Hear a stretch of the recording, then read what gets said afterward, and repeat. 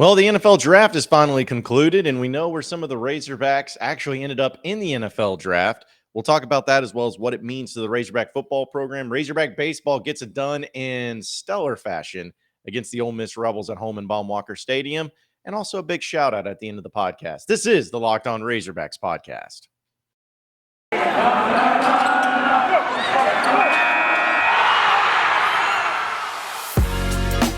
You are Locked On Razorbacks, your daily podcast on the Arkansas Razorbacks, part of the Locked On Podcast Network, your team every day.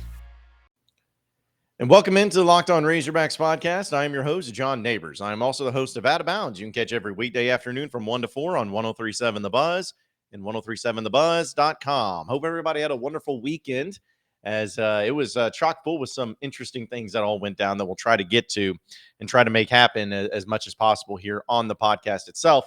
But, you know, I feel like with the NFL draft, going through it all and, you know, seeing exactly how it went down with everyone's favorite team. And, you know, some of you, in fact, I'm wearing, if you can see on YouTube, I'm wearing my Keyshawn Johnson Jets jersey. Because I'm actually happy with what the Jets did in the draft, and that's something to be proud of. So I like wearing the Jets jerseys when they do something right, which, as you can imagine, is not very often. So, but I was happy with what my team did, and hopefully for all, if you have a team that's in the NFL, you were happy with what they did in the NFL draft. But overall, it was just, it was exciting. It was exciting to see where all these players went, and particularly the Razorback fans, which I know we talked about already, Traylon Burks and him ending up at the Titans and kind of what that all is going to mean and, you know, what type of impact he can have and all that fun stuff too. But not surprisingly, Arkansas only had 2 more draft picks taken in the NFL draft. Arkansas defensive lineman John Ridgway was picked up in the 5th round by the Dallas Cowboys and with the 178th overall pick, and Monteric Buster Brown heard his name called in the 7th round when the Jacksonville Jaguars took him with the 222nd overall selection in the 3rd and final day of the NFL draft on Saturday. So there's been some other guys that have signed free agent deals. I saw Grant Morgan, I believe, signed with the Jacksonville Jaguars as well. So congratulations to him. There are a few others, and I'm sure we'll hear about a few others too as time goes on about where they're going to end up in signing their free agent deals. But Arkansas got 3 draft picks, and I think that that's about right. When we were all breaking it down, I think we all knew that Traylon Burks was going to get drafted. And I think we knew that Ridgway would be at some point, and Monteric Brown felt pretty good about it, but you just never know. The only other one that may have gotten drafted that we talked about was probably Myron Cunningham. But no, he did not get drafted or anything like that too. So anyways, Arkansas gets 3 guys drafted. And you got to, of course, take that whenever you can, and especially with you having a first-round pick. And I actually saw a crazy stat too that like Texas did not have a single pick in the NFL draft this past year. The University of Texas. Like, how does that happen? Like, I think even some of the worst teams in the country had at least a draft pick. That's neither here nor there. But the point is, though, is that I think, and this is just kind of my belief when I was seeing this all go down with Arkansas on these picks, I think this is just going to be the beginning of NFL drafts each and every year selecting more and more and more Razorback players. Arkansas went through quite a stretch where they were not getting any draft picks. And if they did get any draft picks, they weren't very high-level draft picks. I think we all kind of saw that, and it kind of made sense because the team was not performing well on the field. Therefore, you put 2 and 2 together, you can kind of see why they weren't doing well on the field, because they didn't have high-level picks or high-level players to go along with the terrible coaching that they had with Chad Morris. But that's not there anymore. Like, everything's changed now. And I believe that next year you're going to have more draft picks from this football team than what you did this past year. Now, I don't know if there's going to be any first-round picks next year. Like, I don't think that there's any one of them that I just see, oh, yeah, that one right there for sure, first-round pick. I could see some guys develop into a first-round pick, but there's no surefire guys that I can look at right now.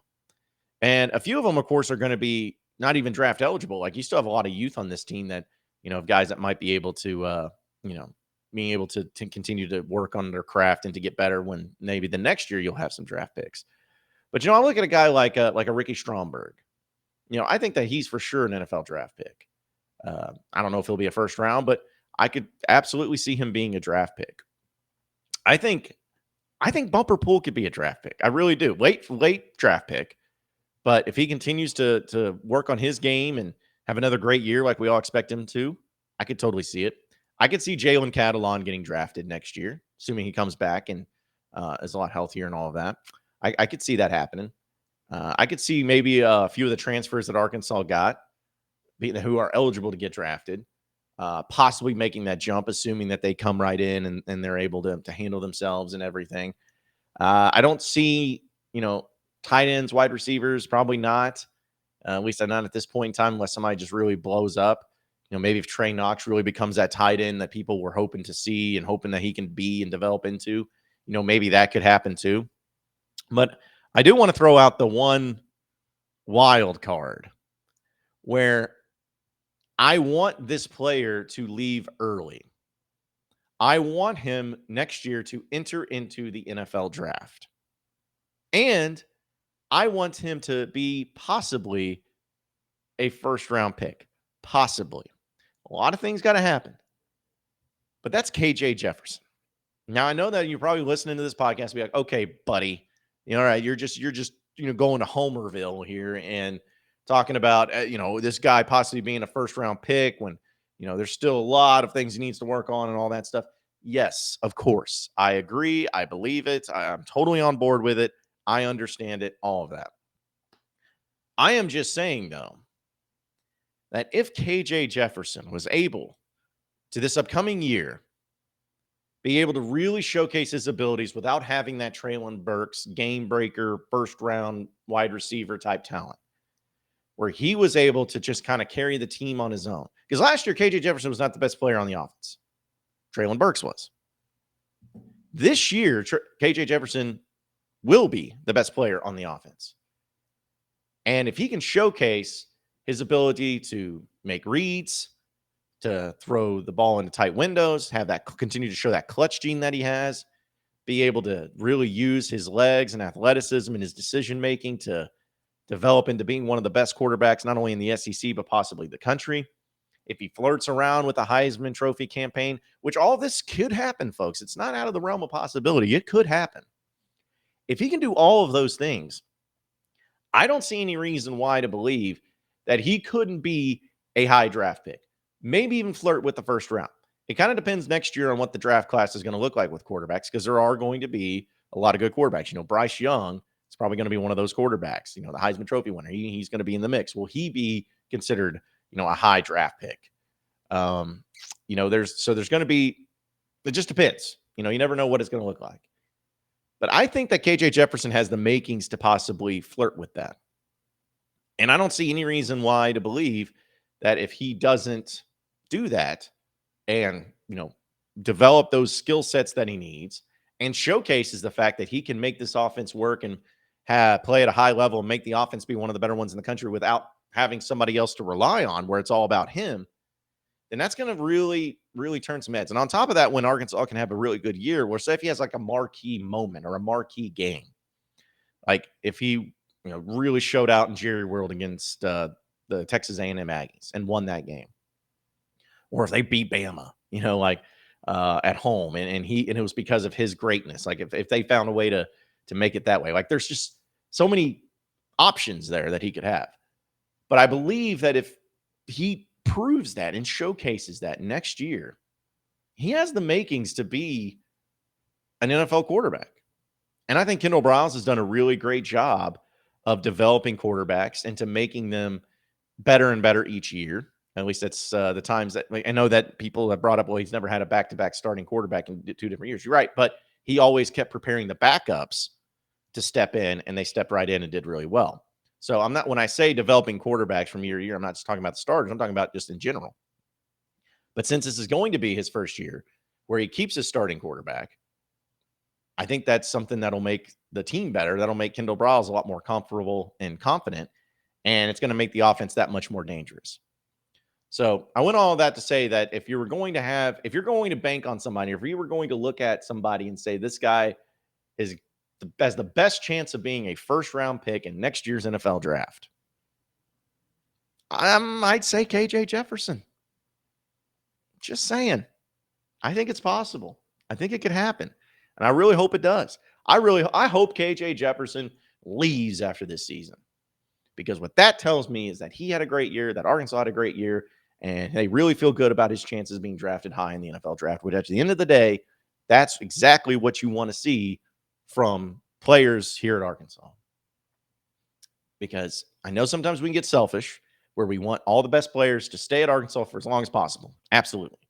But folks, the more players you put in the NFL draft, the more players that go year after year after year is going to really open up the eyes of a lot of potential recruits and a lot of potential transfers where they can say, I got all these programs looking at me, but Arkansas over there, they have proven time and time again that they will put guys in the league that I know if I go there, they know how to get me ready for the next level. And that resonates. That resonates more than anything. And that's why I believe that this is just the beginning of all these players that are going to get drafted. Like Sam Pittman had a first-round pick. And before that, I think Brett Bielema, I guess technically with Ragnow, had a first-round pick. And then before that, it was Houston Nutt. Like, you're talking about long period of time without first-round picks, or at least not very many of them. Look for that to change. Look for that. I'll bet dollars to donuts, and you go ahead and cut the clip, put this to old takes exposed, whatever you want to do. I bet you in the next 3 years, next 3 seasons under Sam Pittman, Arkansas has at least 3 first-round picks. Bank on that. At least 3 first-round picks, because you're going to continue to see the development and the talent structure of what this team continues to show in the progression that they make under Sam Pittman. We'll talk some Razorback baseball and some big win that they had over the weekend here in just a second. But first, got to tell you about Built Bar, folks. I know that you hear me talk about it a lot, and you're like, oh, man, Built Bar. Okay, well, here we go again. The reason I tell you about it is because I believe in it personally. It's not just something I want to throw out to you just for the sake of throwing it out to you. I'm telling you, it's a game changer. And if you haven't had Built Bar, you need to try it out. They have so many different flavors to choose from. And with summer coming around the corner, which kind of feels like it here in Little Rock sometimes, but you're going to need food to go. I mean, you're going to be on the go so much. You're going to be busy. Family vacations, maybe take snacks with some kids on the road with a road trip. Built Bar is what it's all about. And they have so many different flavors to choose from. They taste great. They're covered in 100% chocolate. And it's the best thing about it, honestly, is that because of you listening to this podcast, we're going to offer you a great deal where if you go to built.com and enter in promo code LOCKED15, you'll get 15% off your next order. Doesn't matter how many you order. Doesn't matter how many flavors you get. Does not matter. Built.com. Use promo code LOCKED15 for 15% off your next order. Try it out. I promise you won't be disappointed. Built.com, LOCKED15, 15% off. You are Locked On Razorbacks, your daily podcast on the Arkansas Razorbacks, part of the Locked On Podcast Network, your team every day. All right, so we know that Razorback Baseball was able to defeat Ole Miss in the series at home in Bob Walker Stadium, which was, man, it didn't come easy, but it never does in the SEC West. And I said this last week where I would not be surprised if this game went to a rubber match on Sunday. Not because of Arkansas playing terribly or anything like that. It's just that's how these things go. And it did. And Arkansas lost game 1 in what was really frustrating fashion. It just was one of those deals where Arkansas just couldn't get those timely hits. It killed you. And it was a frustrating game to watch.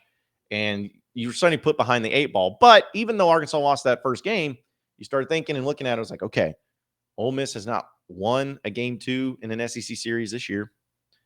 Hagen Smith's still there. We know that there's going to be a great bullpen. We know that there's going to be some guys that are going to step up and some really quality players. Like, we knew all of that. And then as soon as it happened, as soon as you had that game 2, and as soon as everything was on the line, boom, you had that big play, that clutch hit that just sent everybody into a frenzy and what was one of the greatest moments that you'll ever see, at least this season especially. But Kendall Diggs, freshman Kendall Diggs, mind you, He started as the designated hitter for Arkansas. And when Arkansas was in a great spot in the bottom of the ninth inning, they had two guys on. It was 2 outs. And it was just one of those things where it was like, man, this could be one of those moments that you're really looking forward to. This could be one of those moments that things could really, get you going. If he could just have a timely hit here, just score a run, get a single, whatever it took.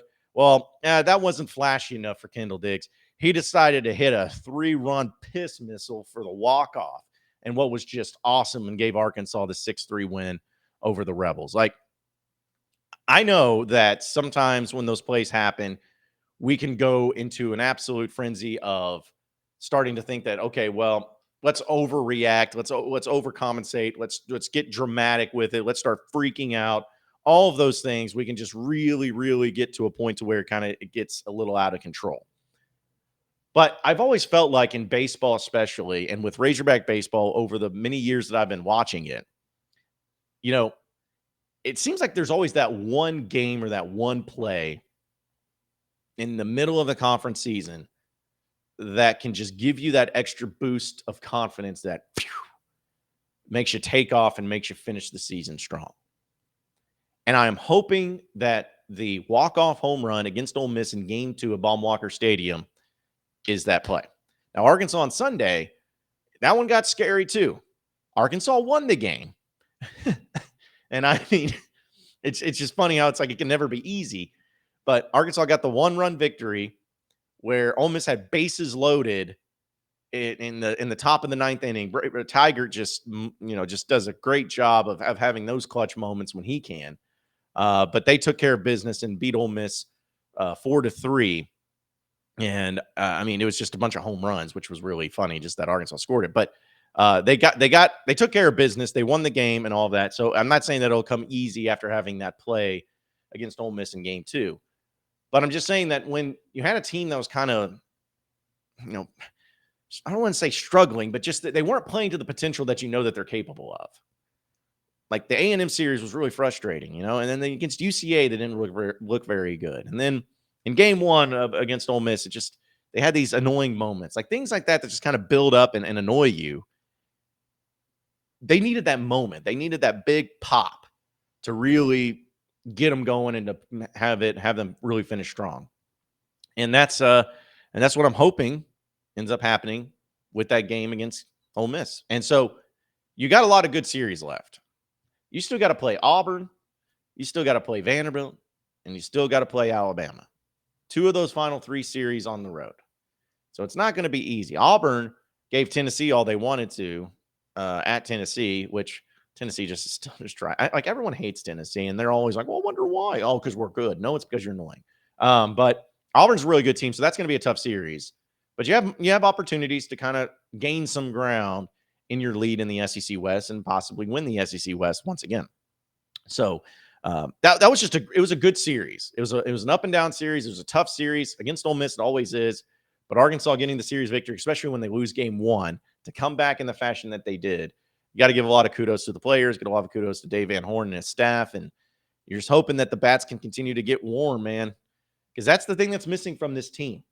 I'm not saying that the batting's terrible. I'm not saying that. If you listen to our great interview that we had with Matt Goodhart last week, you should if you haven't. But he was even talking about some of the stats that are bringing up about the offense. The offense is not bad. Well, I'm not saying it is, but it's just about those timely hits. If Arkansas can just get those timely hits, there's no telling what this team won't like. There's nobody else in the country besides maybe Tennessee that can beat them. Their pitching, Arkansas's pitching is phenomenal. Their bullpen is incredible.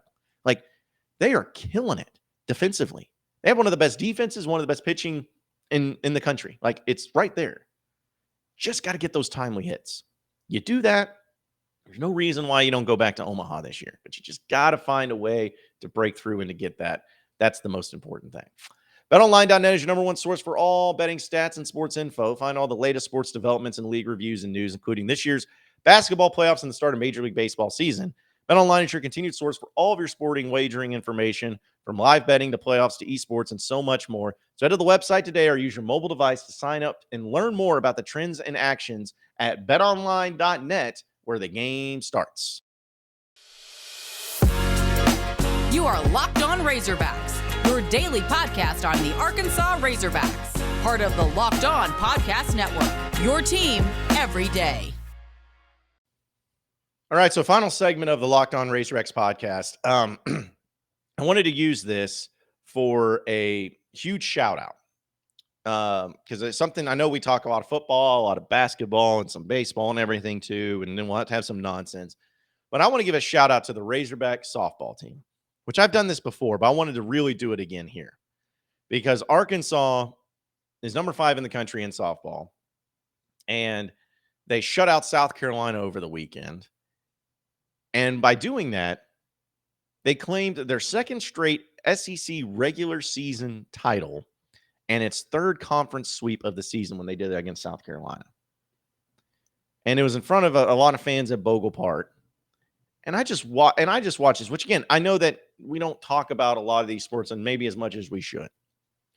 But I just give a huge shout out to this softball team and to Courtney Deifel and the job that she has done at Arkansas, taking over arguably the worst SEC baseball program or softball program in a long time, like back-to-back years of winning one game in the SEC, to turning it into a juggernaut that has won the SEC regular season back-to-back years in a conference where the SEC softball programs are elite, and Arkansas back-to-back years has taken care of business.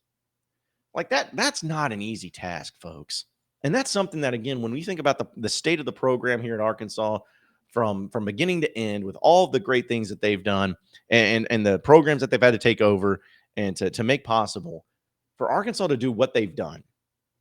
And it's almost like similar in football, which, football's still got some ways to go. But to take over bad programs and turn them into elite programs in such a short period of time truly shows just how gifted certain coaches can be. And Courtney Deifel, I'm not going to sit here and try to pretend that I know what her end game is or is she going to move on or anything like that. Because I don't know. She seems happy at Arkansas. She came from Maryland, I believe, before here. Maybe there's a connection to Oklahoma, whatever it may be. But pay this woman all the money. Keep her at Arkansas. I enjoy softball. I think softball is really fun. I think that Bogle Park's a really cool place to watch a game and all of that. And she has turned it into just such a fun program to watch with a lot of talent and one of the ones that needs to get a lot more attention there too. So I just wanted to give a shout out to them and a shout out to what they've accomplished, because it's always great to see Razorbacks winning no matter the sport. But when you see a sport that was down in the dumps for so long, for it to become into arguably the best sport on campus right now, I know we can argue all day long, but it's definitely right there in the mix. It's just awesome. So hopefully they can continue it on. I know everyone's kind of looking at, if they make it to the College World Series, that Oklahoma team that's just a juggernaut right now, a buzzsaw, if you will. People are probably making them the favorites, but don't be surprised to not see the Razorbacks there in the finals if it works out that way, because they are absolutely good enough and they're absolutely capable enough of doing it. So huge shout out to the Razorback softball team, and appreciate everybody listening in to Locked On Razorbacks podcast. Be sure to like and subscribe to the podcast on iTunes or on Google Play. You can also get after me on Twitter at BuzzJohnNabors for any questions, comments, concerns that you may have, and we'll keep it going from there. Same podcast time, same podcast channel tomorrow afternoon. Have a great day, everybody. We'll see you.